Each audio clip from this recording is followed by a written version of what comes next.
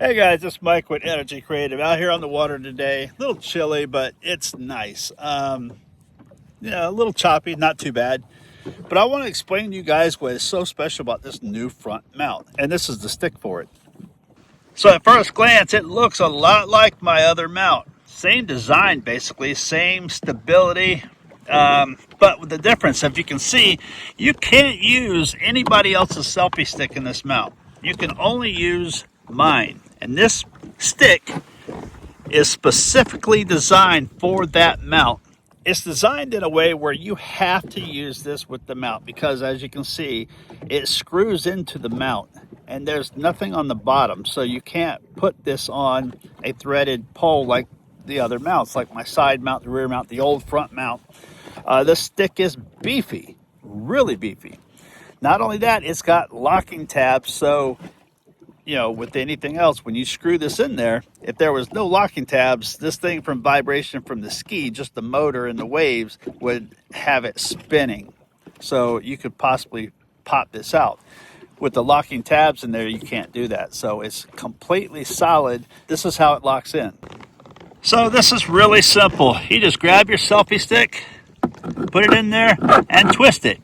It's down. This twist, very easy. Then you're going to lock down your tabs. Just like that. You don't over tighten them. You don't have to muscle them. That's not going anywhere now, guys. Now you put your 360 camera on there, or your GoPro mount, whatever you want, and you're ready to roll. Now in my other videos, you've heard me talk about tethers. So there's a reason why I don't use them. Typically because a lot of people are making these tethers with steel cable, plastic sheathing, D-rings, even if they're aluminum. All of that weights up, and the more weight you put on a selfie stick, you're gonna get flex. So that's why you see with this video here, you'll see vibration from the engine and the waves. That's normal, but you see the ski doesn't move.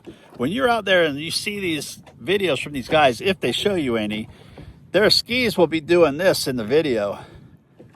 That means their stick is doing this. That's how you start breaking sticks, losing cameras, all damaging your ski. I'm just not into that. So I test all of my mounts without tethers. This is my insurance policy, guys.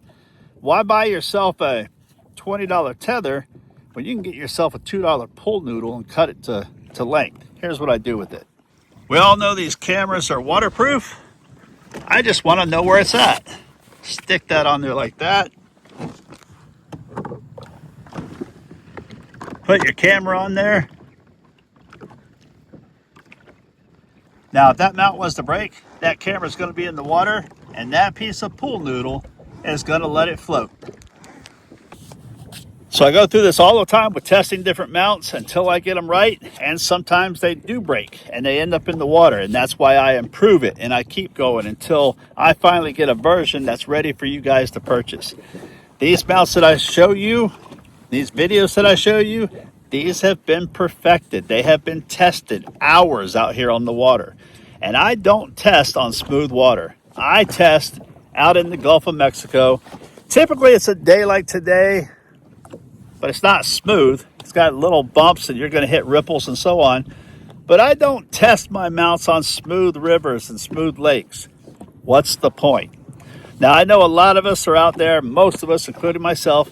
I just want to be able to get good video of casual riding and so on. I'm not out there doing wave jumping and so on. If you're doing that type of stuff, let me give you a hint. No mount. You should not be putting any camera on any mount, except maybe strap it to your head. Who knows? But that's not meant for that. If I'm going to do any extreme riding or extreme weather, if I'm in hurricane force winds and 3 to 4 or 5 foot seas, I'm going to collapse my poles all the way down, and I'm probably going to take my camera off. Guys, Mike for NRGcreativ. Take a look at some of this footage. It's badass.